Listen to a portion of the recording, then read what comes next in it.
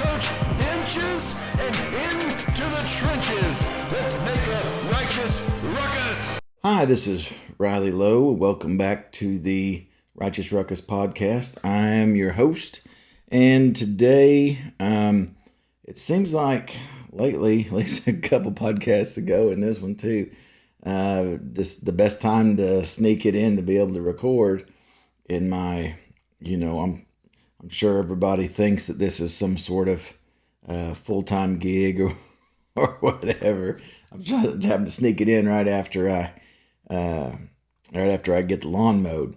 So once again, I'm here, a little glossy, got a little perspiration going on, but in any event, I am here, and I would ask that you not judge me for that, right?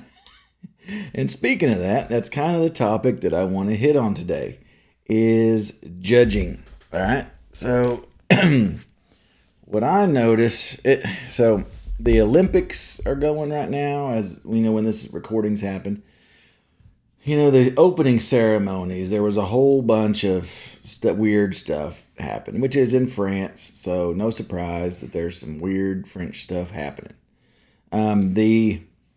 There was like this, everybody jumped on board and was talking about, it was blasphemous that they did like a drag queen sort of version of the Last Supper.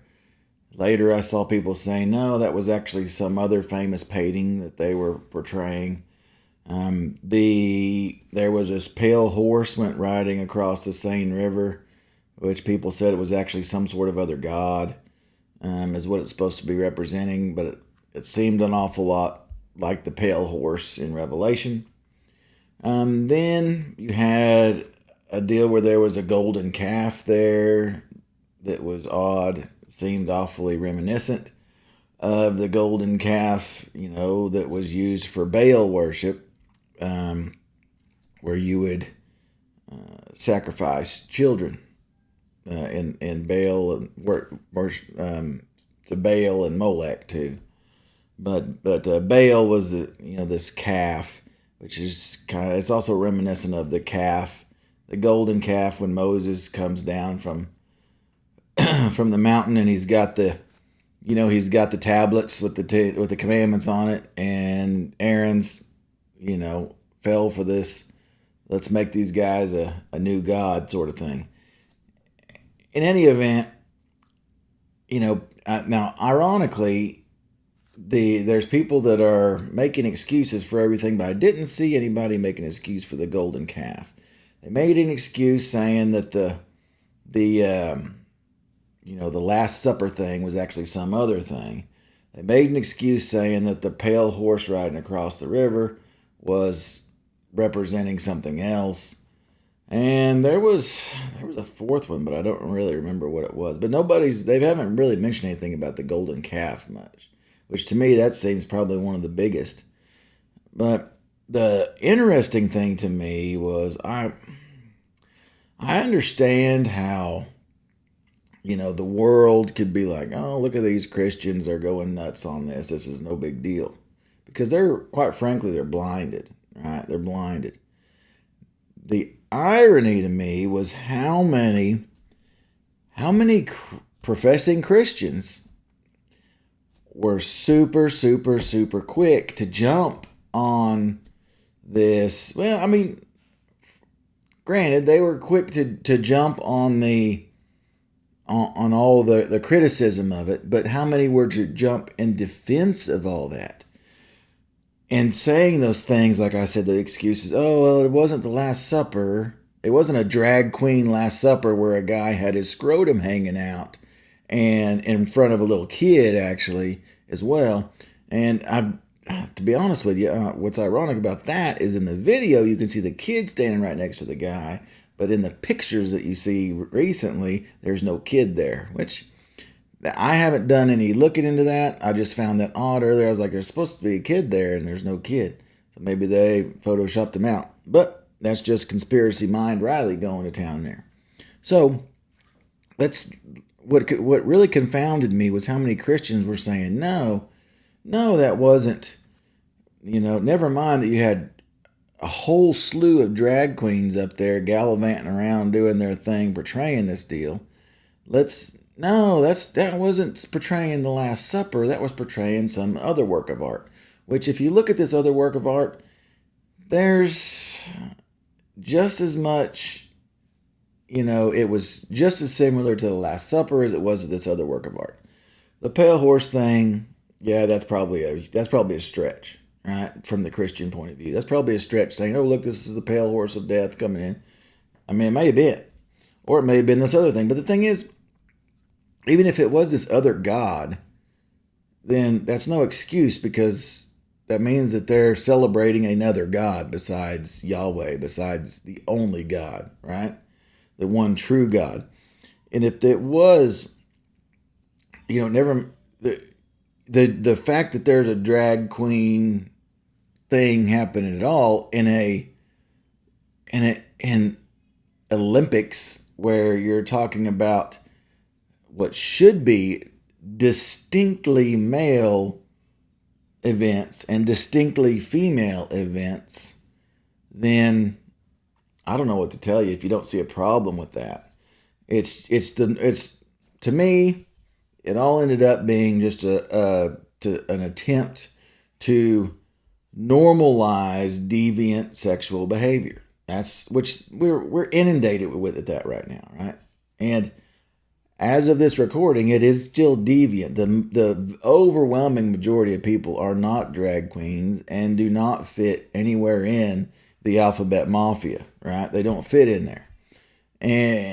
But what like I said, what did surprise me is how many Christians went on the defensive so fast, professing Christians that were like, "No, you guys need to stop hating. You guys need to stop hating." They jumped right in on that. It was just like, seriously? They're conflating, hate and disapproval. They're conflating love and approval, right? They're conflating those things. It's sad, really, when you think about it. So, should we judge? I mean, yeah, sure. Let's get into that.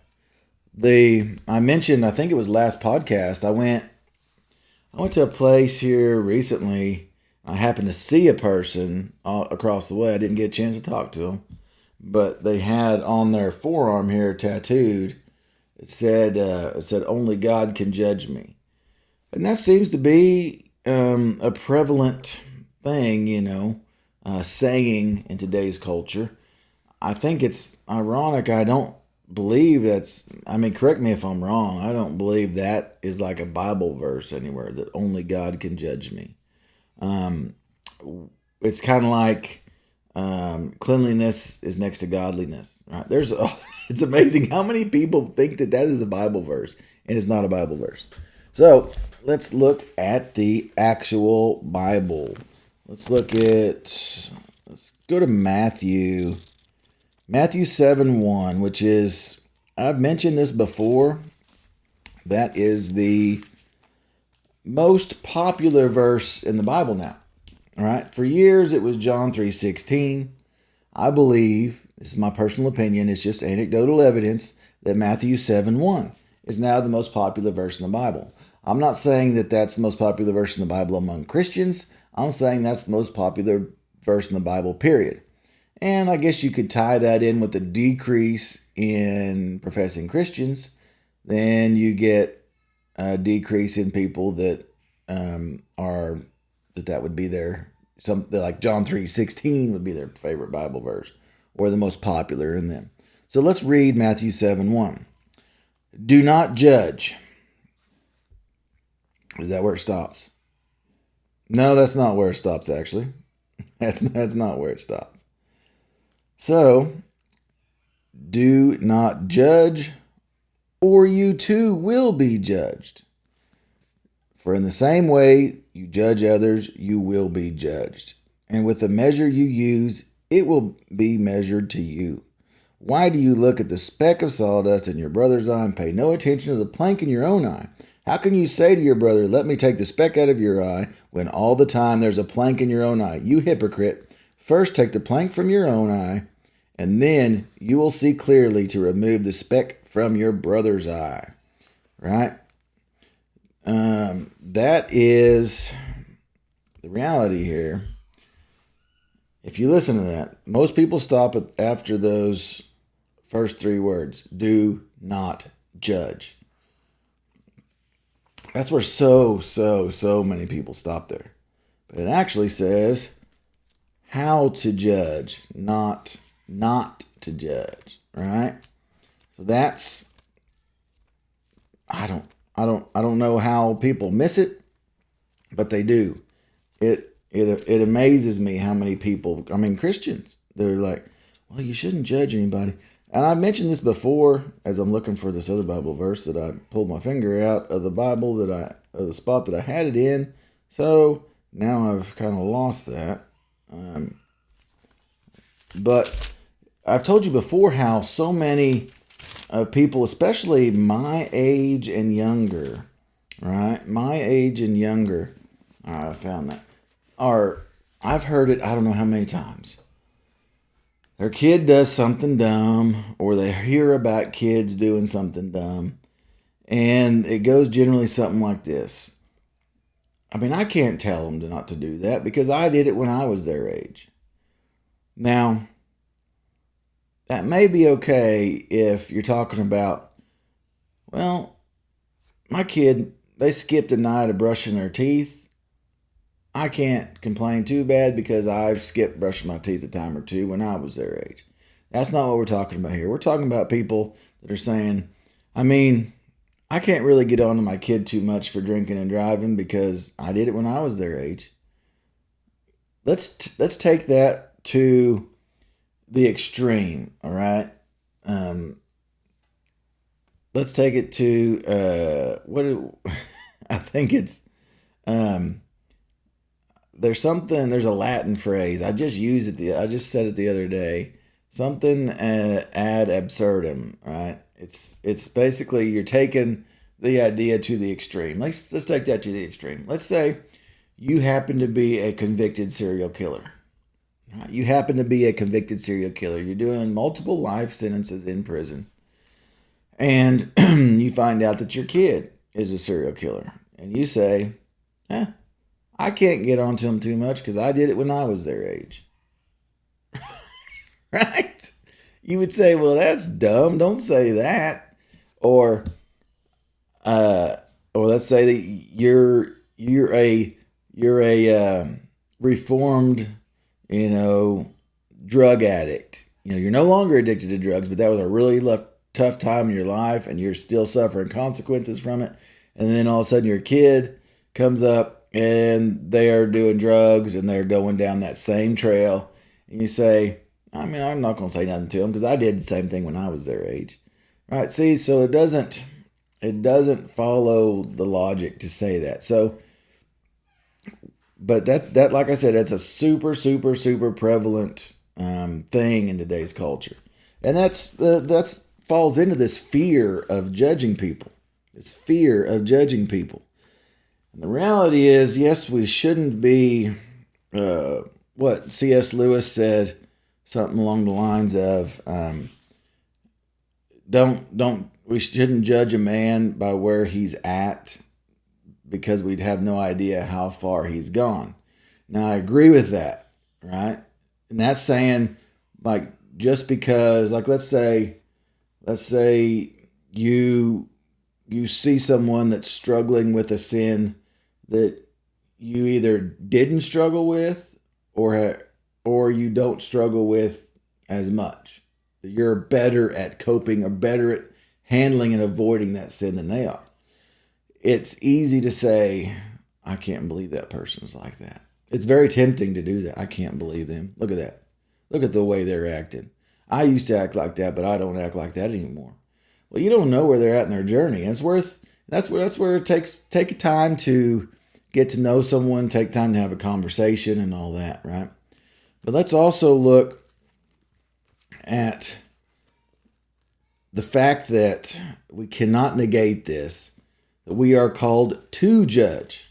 All right, let's look over here. Let's look at John 7, Let's look at verse 21. This is after the Jews were amazed by him. Jesus, he healed a man on the Sabbath, right? And then they're talking to him, and they're calling him a demon-possessed man, right? And he says, I did one miracle, and you all were amazed. Yet because Moses gave you circumcision, though actually it did not come from Moses, but from the patriarchs, you circumcised the boy on the Sabbath. Now if a boy can be circumcised on the Sabbath, so that the law of Moses may not be broken, why are you angry with me for healing a man's whole body on the Sabbath? Listen to this. This is John 7:24. Stop judging by mere appearances and instead judge correctly. Jesus says to judge correctly. Just like in the Matthew 7:1. He's not telling you not to judge. He's telling you how to judge, right? That's what he's saying there. He's telling you how to judge. Now, that's something important to remember. And here is the very, very, very best part of this whole deal. And this is coming from a selfish point of view here, in the fact that it's so easy to point out hypocrisy in this, right? And for people that say, don't judge me. Don't judge me. Or who are you to judge? Or something along those lines. If, like, let's say somebody's doing something wrong and you say, hey, why are you doing that? It's probably not a good idea to do that. And they say, well, don't you know the Bible says don't judge? Now you can explain to them all this thing about, if you had time, you could go with them and read the rest of stuff. Like something I've done to somebody once before. I've only had that happen once where the perfect circumstance lined up. And they said, the Bible says don't judge. And I said, continue. And they said, with what? And I said, go on with the Bible verse. That's Matthew 7:1, right? And you could see their eyes just gloss over, and they were like, uh-oh, I've stepped off a little too far here, right? I don't know how to defend this argument now because the tables have turned. That's also the importance of hiding the word in your heart so that you can have a defense for your faith, right? Now, that's one aspect. The other aspect is simply pure logic, and the apologetics of using that logic would be this. This is a tool to have in your tool belt. If somebody says, who are you to judge? Or aren't you not supposed to judge? Doesn't the Bible say do not judge? You can say, so do you think, or anything about that, anything about judging and how judging is wrong. And it's easy to just flip the tables right quick. Frank Turek calls this the roadrunner tactic. Kind of like you let them get over the cliff, and before they realize there's no ground for them to stand on, right? That's what that's describing there. And so somebody says, who are you to judge? Or don't judge me. Or especially if somebody says that, don't judge me. Who are you to judge me? And you say, well, do you believe judging's wrong?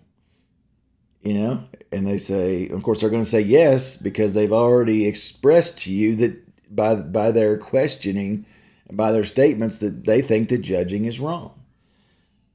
And you could say, then why are you judging me? Now that's going to make their head spin. It really will, because they don't get that question ever. They never get that question. So when somebody says, hey, who are you to judge me? Don't you know the Bible says you're not supposed to judge? Why are you judging me? Don't you know it's wrong to judge? You say, okay, so you're saying it's wrong to judge. Am I understanding you correctly? They say, yes. You say, well, why are you judging me?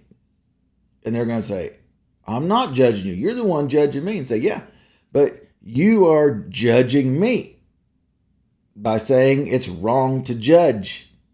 That's a judgment. You can't avoid judgments, right? It's a judgment to say, don't judge. It's a judgment to say it's wrong to judge. That is a judgment. So it is a self-defeating statement. It's contradictory. It makes no logical sense. It's nonsensical, and it happens all the time. So that's really about all the time we have right now. Man, that time goes by so fast. But don't judge me for if this was good or bad, because the irony, like I said, those Christians or professing Christians that were so quick to judge the Christians that were judging those Olympic ceremonies. I'm like, you're violating your own standards. So by trying to point out one Christian's hypocrisy, you're creating your own hypocrisy. Now, I really want to I really want to just go into that for a whole nother 20 minutes, but we're out of time, so we're just going to have to tackle it another day. I'm sure I'll come back to the topic of judgments another day. And if I don't, then don't judge me for that.